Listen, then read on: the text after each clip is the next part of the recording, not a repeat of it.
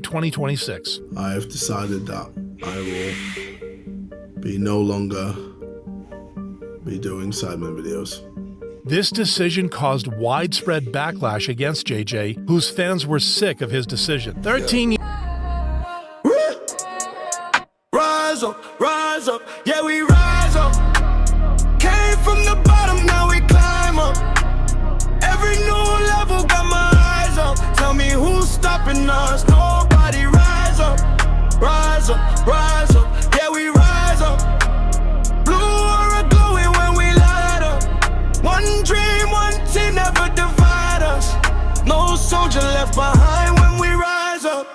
Back then nobody knew my name. Now I'm building something bigger than fame. Had a vision, had a plan, had to go put my heart and my soul in every frame. Late nights working while the world is asleep. Yo, it's your boy MK Leveling. We're back again with another video, and again, it's nighttime. It's not like this is my place. Nah, this ain't my place. I'm just here for I don't even know how many days. But yeah, so today we're reacting to another video, and basically on another topic. I'm just gonna pick another video. And bro, thank you guys for 31 subscribers. Like, I can't believe I started this thing on my birthday. It was on my birthday. Now we have 31 subscribers. Okay, we keep pushing. Just make sure that you guys hit the like, subscribe button. Comment down below if you guys enjoyed that video or you want me to react to the same content again. So yeah. Okay, people, strap in, lock in.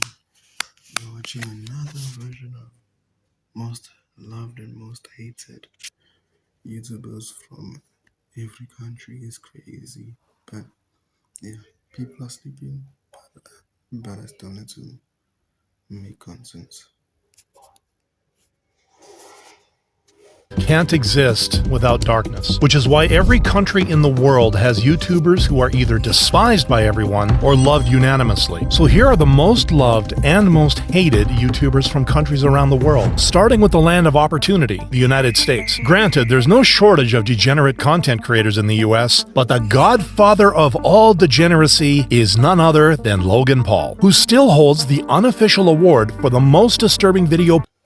And I still say it to this day. I will never like Logan Paul.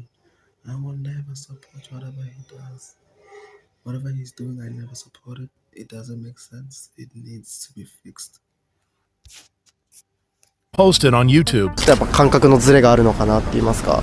やっぱ遺体とかを取り上げるっていうのは人間としてもどうなのかなって思います。Forcing him to apologize for his actions. I believe it happened for a reason, and I think that reason is so I could take this experience, learn from it, spread the message the right way about suicide prevention. But the only thing Logan actually learned is that if he could mend his reputation after this incident, he could do it after pretty much anything. So he kept pushing the boundaries on how low he could go, starting with several of his crypto projects, including Crypto Zoo, which involved Logan scamming thousands of his fans. Have some decency to come out, talk to the people that invested initially, that invested along the way on all of the fake and false promises, on all of the false hype, and be honest with people. But other than scamming his community on multiple occasions, Logan has even backstabbed his own friends just to save his brand. How would you feel if a man that has his back completely...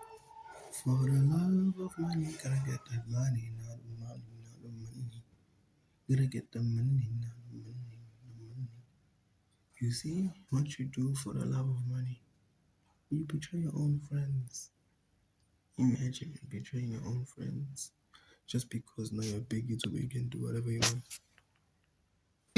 towards you that only turns around to grab your dick, right, talk shit to your face, and you can't smack or beat the living brakes off of this guy because Logan makes me apologize to this man, or I don't have a job on Impulsive anymore. And Logan's ego can't even let him be happy for his own brother's success. Wouldn't you think, oh, one of them has a losing record and he can sell the same, if not more, pay-per-views. One of them has a winning record and can sell a good amount of pay-per-views as well. No, but I've proven to sell more pay-per-views consistently, time and time again. I'm active. I have a promotional company.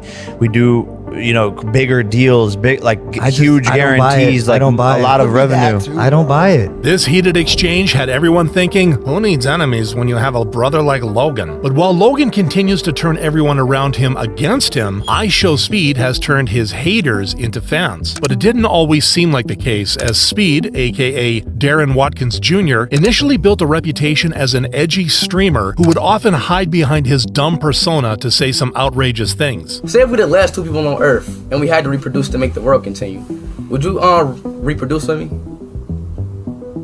No, because that means our kids will have to intertwine and then their kids. No. Who gonna stop me? I will. Who's gonna stop me? And for a while, many believed that Speed would end up like any other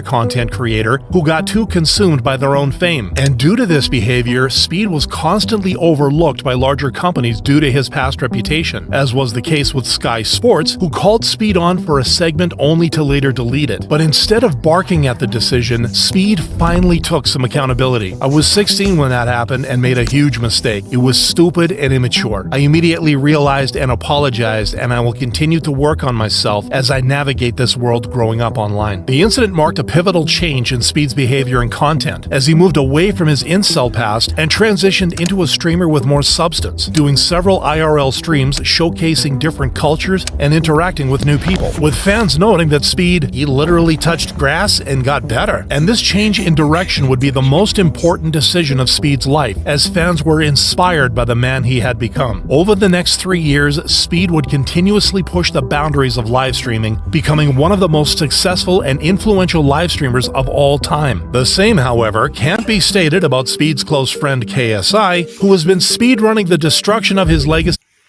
Whoa, this guy is hated. This man is hated. He's hated. Who's hating on KSI? Well, besides his music, but who's hating on KSI? In the UK over the past couple of years, with the straw that broke the camel's back coming in May 2026. I have decided that I will be no longer be doing Sidemen videos.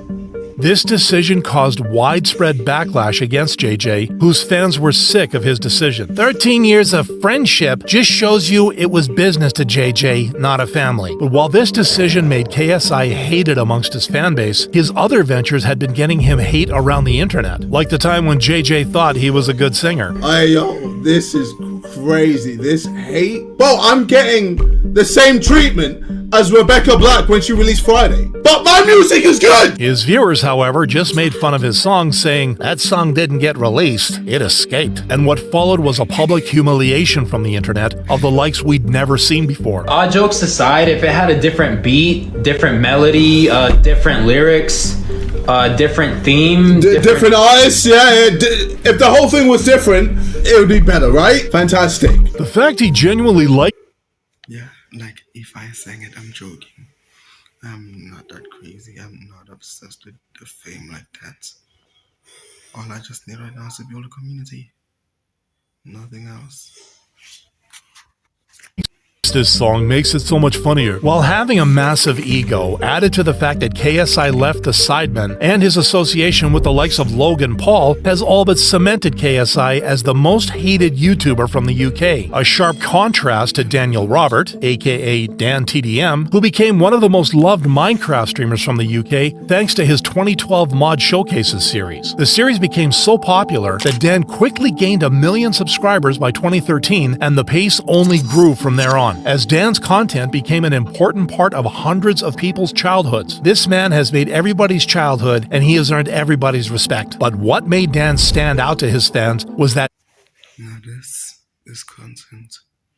This is what people are looking for, not making a bad reputation for yourself. Imagine now your family knows your reputation on the internet is like this, and then they're judging you, and then they look like, bro, it's really not necessary for you to not be doing this. It's not necessary. Like, why are you doing this? Look at this man. He already looks too innocent.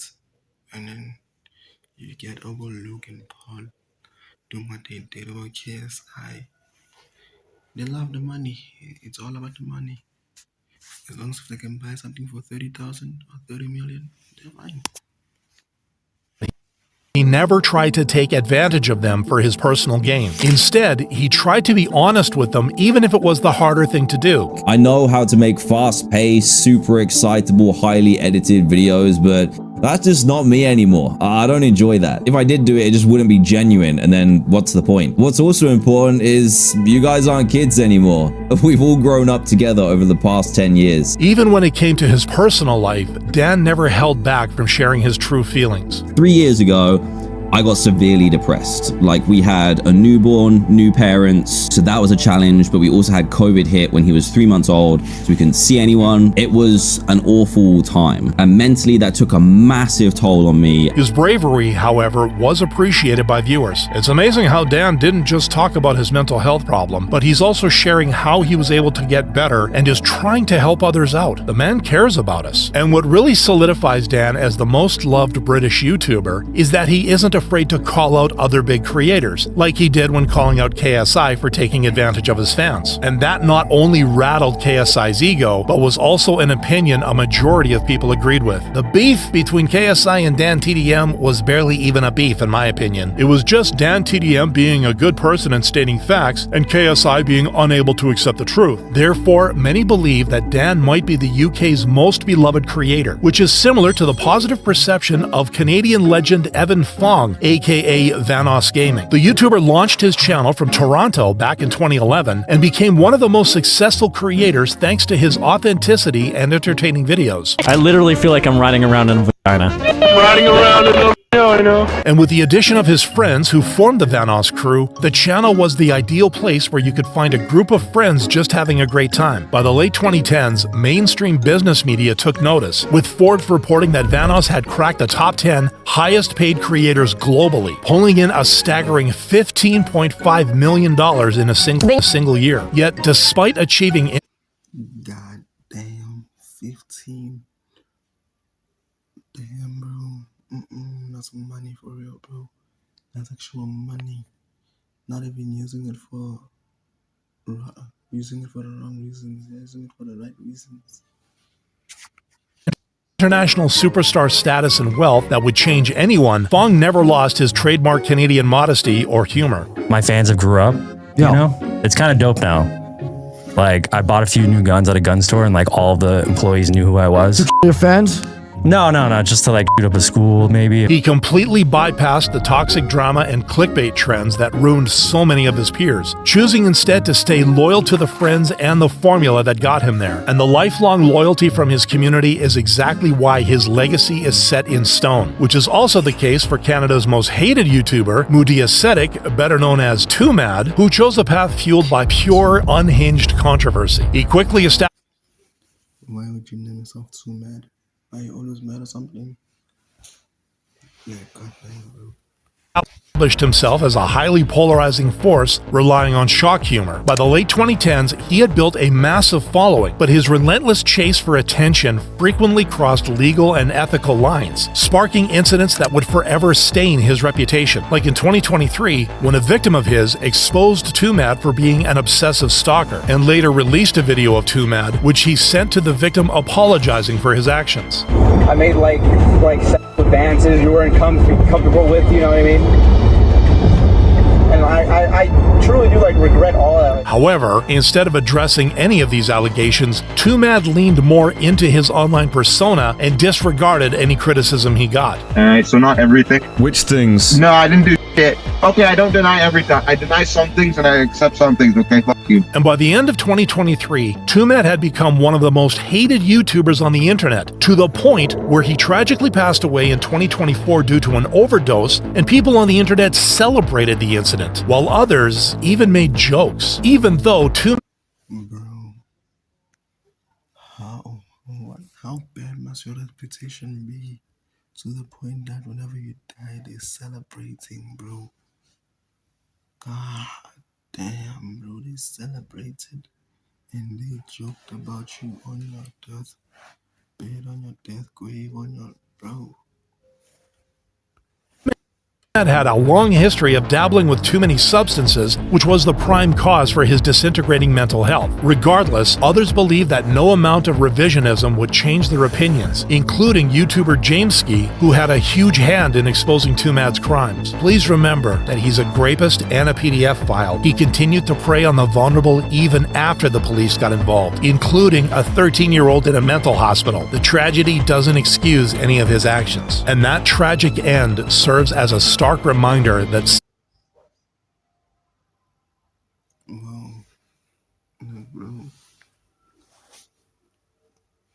why y'all chasing them kids for real? Why y'all chasing them kids? Them kids did nothing. They don't deserve this.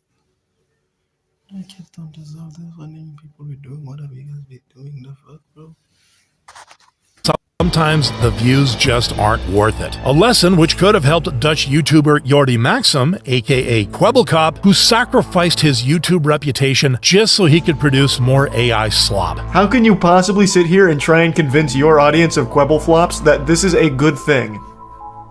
Just a million channels of completely soulless, generated scripts. And he was proud of the fact that he could now create entire videos on his channel without having to lift a finger for these videos to be made. Unsurprisingly, people started turning on Jordi. The fact that he could become an AI and still keep his style means that his content is trash, and the newer AI videos started to get mass disliked and hated on. Who in their right mind would brag about putting no effort into their passion and claim it's not for the money? Over time, Jordi's content just spiraled into something out of a horror movie as he started uploading videos of him as an AI reacting to AI videos. What the f is this? Whoa! He's opening a glowing chest! Glowing spaghetti inside! This is insane! The glow lights up everything! My theory is Kwebbelkop was murdered by AI who took his account and are posting these videos to try and evolve themselves. In February 2025, however, viewers did get some good news as Kwebbelkop's AI channel got banned. YouTube,